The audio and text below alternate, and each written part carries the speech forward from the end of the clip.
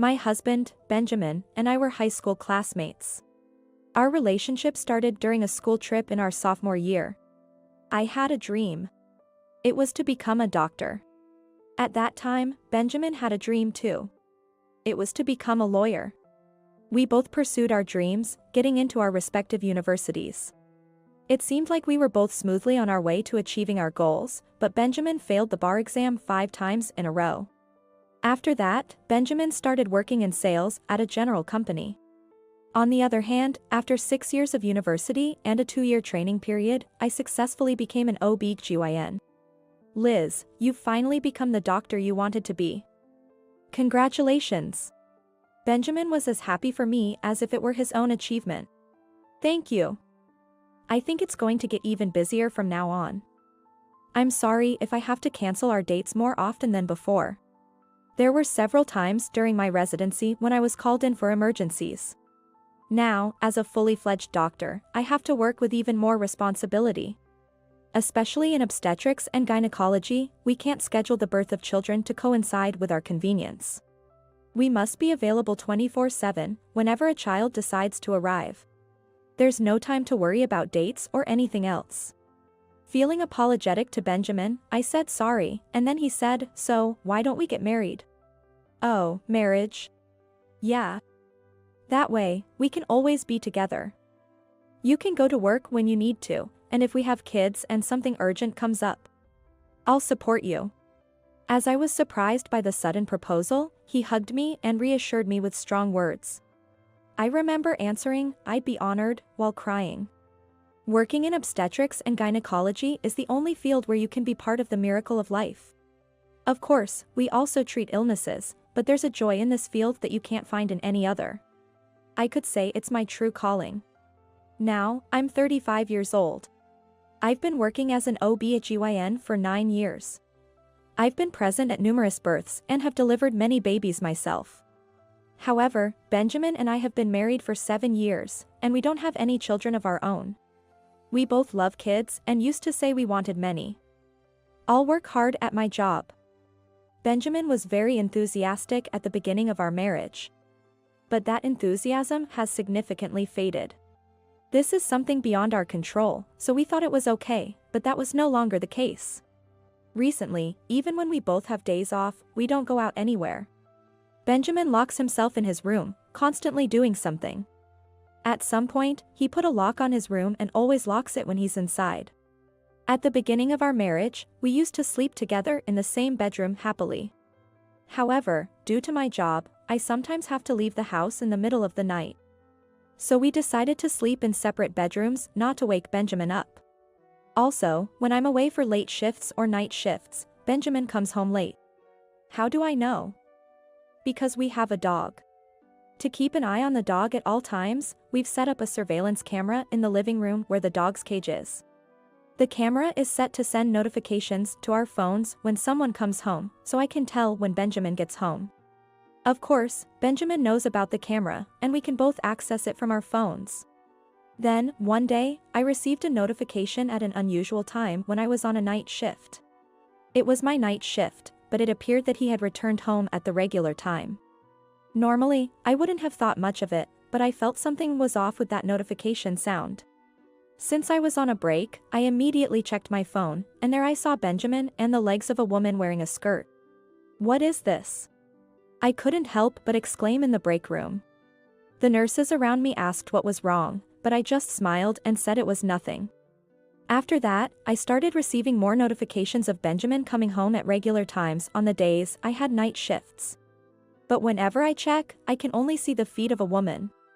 Even if I confronted him about it, I thought Benjamin would just play dumb, so on my days off, I marked them as on duty on our wall calendar at home.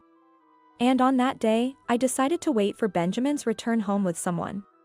That someone was Joshua, my brother. In fact, since the day after the woman came to our house, I've been having my dog stay at Joshua's place. I felt too guilty to leave it alone at home, not knowing when another woman might be brought over. After waiting in Joshua's car for 30 minutes, Benjamin returned right on time from work. There was a woman walking arm in arm with him. Seeing this, I thought I would lose my composure, but having Joshua by my side somehow helped me stay surprisingly calm. I quickly started recording a video with my phone. It's surprising, isn't he worried about the neighbors seeing? After finishing recording the two of them entering the house, Joshua made this comment. You're right. There must be neighbors seeing them for sure. It would be strange if there weren't any at this time. I had to agree. Looking around, it seemed like it was the rush hour for our neighbors returning home. Due to my irregular work hours, I hadn't paid much attention to this before. But I realized that it was indeed the usual time for people to come home. That night, I stayed at Joshua's house and fell asleep playing with my dog. The next day, I decided to visit a neighbor with whom I'm particularly close to ask about Benjamin and the woman. It turns out the neighbor had also found it suspicious and had asked about it before. He had been told that she was his sister. Neighbors who knew my brother was young believed that. Having gathered testimony from a neighbor, I was considering when to confront Benjamin about a divorce, when one morning, a familiar face appeared in my consultation room. Hello? The woman who entered with a nervous voice was unmistakably Benjamin's affair partner. I almost let out an odd sound from my mouth but managed to hold it in. Switching to professional mode, I said, "Congratulations, you're 8 weeks pregnant." Really? I'm so happy. Is it a girl or a boy? It's too early to tell the gender, but everything seems to be progressing smoothly so far. I can't wait to find out. My partner wants a girl. She lovingly stroked her belly as she spoke. And without being asked, she continued. I'm not married yet, but I'm thinking of getting married to him because of this pregnancy. I see. I responded neutrally to avoid any offense. Actually, he's only been divorced for 2 months. He says we can't get remarried until after 100 days. Is that so? Is the father of the child here at the hospital today? Yes. He's waiting in the car. She replied happily.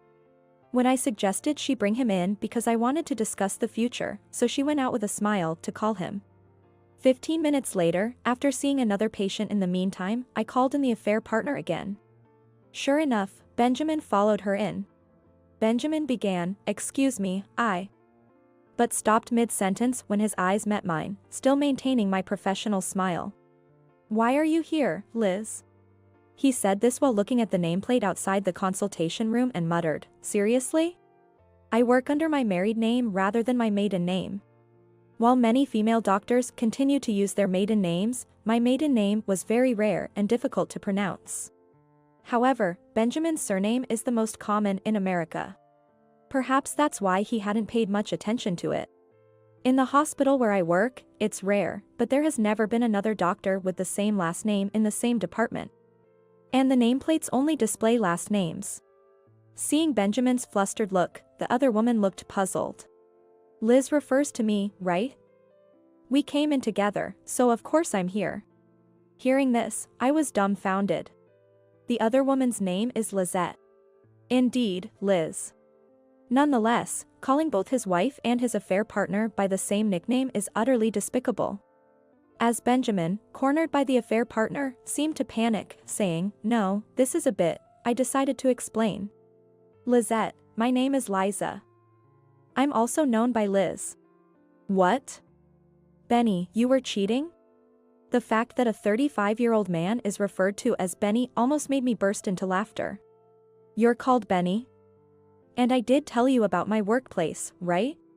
"No. I forgot about the workplace." Benjamin was taken aback. It seemed he had no interest in my workplace, or he hadn't listened at all. Unperturbed, the affair partner pressed Benjamin further. "Benny, who is this woman?" "No." "Well?" Benjamin was at a loss for words. Of course, he was. According to the affair partner's story, Benjamin had been divorced from me 2 months ago.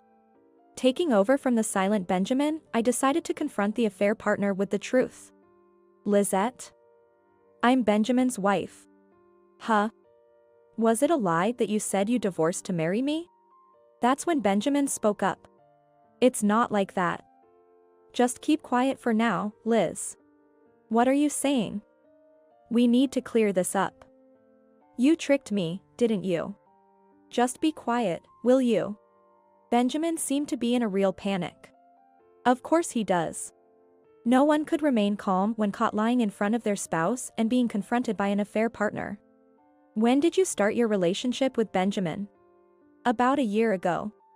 Unlike Benjamin, the affair partner honestly answered my question. I see. So, you knew Benjamin was married and still dated him? But Benny said his wife was always cheating, and their marriage was already falling apart. Even so, being involved with a married man is a matter of compensation. I responded with a smile. But he's already divorced, so it's fine, right? We're not divorced. At this point, Benjamin tried to silence Lizette again. However, this sparked an argument in the consultation room. Several nurses noticed the argument and came into the room. To avoid disrupting the rest of the consultations, I had called security to escort the two out. That night, I arranged to meet with both of them at a cafe to discuss. Since I needed to plot an operation, I called my brother Joshua during my lunch break to share the details and have him join the evening discussion. After hearing the whole story, Joshua asked, "This might be weird to ask, but didn't you guys have kids?" Hearing that, I exclaimed, "That's it." Thank you, Joshua, and, forgetting my age, hugged him tightly, messing up his hair. This would surely be a further blow to Benjamin. Stop it. Joshua pulled away and said, "If there's anything I can do to help, just let me know," offering his support. I no longer had anything to fear. I'm about to give Benjamin and his affair partner even more punishment. That night, as I waited with Joshua in a cafe for them, they showed up and immediately said, "You're cheating too, aren't you?" Joshua then spoke up. "Long time no see, Benjamin. How have you been?" "What? You are?" "No way." "Yes. I was still in my teens when you two got married. Joshua and I are 9 years apart." It's no wonder Benjamin didn't recognize him, because he had get much more mature over the last 7 years. Furthermore, Joshua continued with a sharp gaze, "I'm here as a witness today, so please cooperate." A witness? Benjamin was dumbfounded. In fact, Joshua had become a lawyer. And not just any lawyer, but one specializing in divorce cases. Knowing Benjamin had repeatedly failed the judicial Scrivener exams, Joshua had been considerate not to bring it up. Let's get back to what we were discussing earlier. "Here, I brought this," I said. I handed over an envelope. Inside was a divorce petition already filled out. "I'm going to take this to the court right now." "What? You're quite considerate to bring this yourself," Benjamin said with a triumphant tone, different from the morning. "And quickly accepted our divorce." Lizette was elated. In 100 days, I'll officially become the wife of a CEO. However, I immediately asked her, "Wife of a CEO? What are you talking about? He said he was the CEO of a leading company, right?" "Benny." Benjamin's eyes began to dart around. "Well, that's right." I couldn't stop laughing.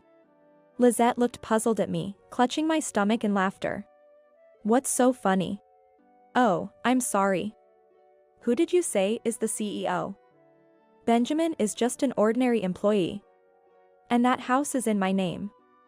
Besides, there's no waiting period for men to remarry after a divorce," I explained. Hearing this, Lizette was furious. "What? Benny, how many times do you need to deceive me before you're satisfied? I've had enough." "You mean you didn't love me? Well, I thought you were rich and owned a big house. I wouldn't fall for an old man like you otherwise." Joshua and I couldn't help but smile as we watched the two argue. This was the moment I decided to push Benjamin even further down. I smoothly handed Benjamin a document. "What's this now?" Benjamin, gruffly taking the envelope, began to tear it open. Seeing the contents, his face turned ashen. "What is this?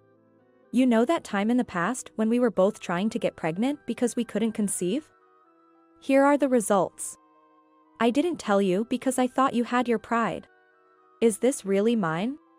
"Yes." "It seems you can't have children, but whose child is in her belly, I wonder?" I confronted him with the test results we had investigated in the past. According to those results, Benjamin was infertile. I had reconsidered our situation, thinking that we could live happily together without children, so I never told Benjamin the results. Lizette began to make a scene without considering the place. I wasn't told about this. That he couldn't have children. What? It's not my child? Could the test results be a lie? To Benjamin's naively hopeful remark, Lizette continued. If you're infertile, you're not the baby's father.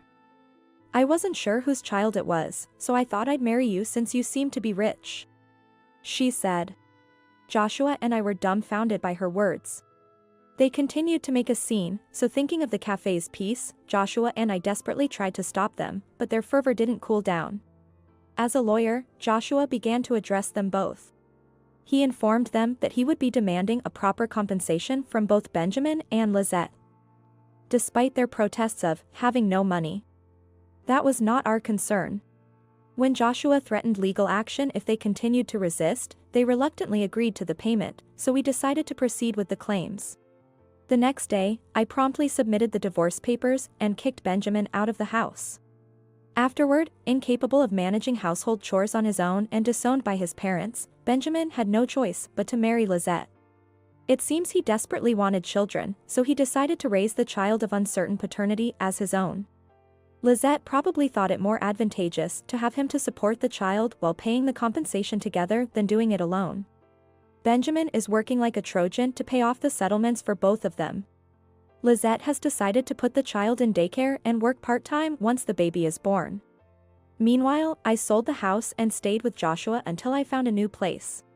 When I was about to move into my new home, Joshua expressed his wish for me to stay, but I brushed it off, joking, if I stay, you'll never get a girlfriend. Of course, I took the dog with me, and we're living together in the new house. I hope to continue being involved in the birth of many lives through my work.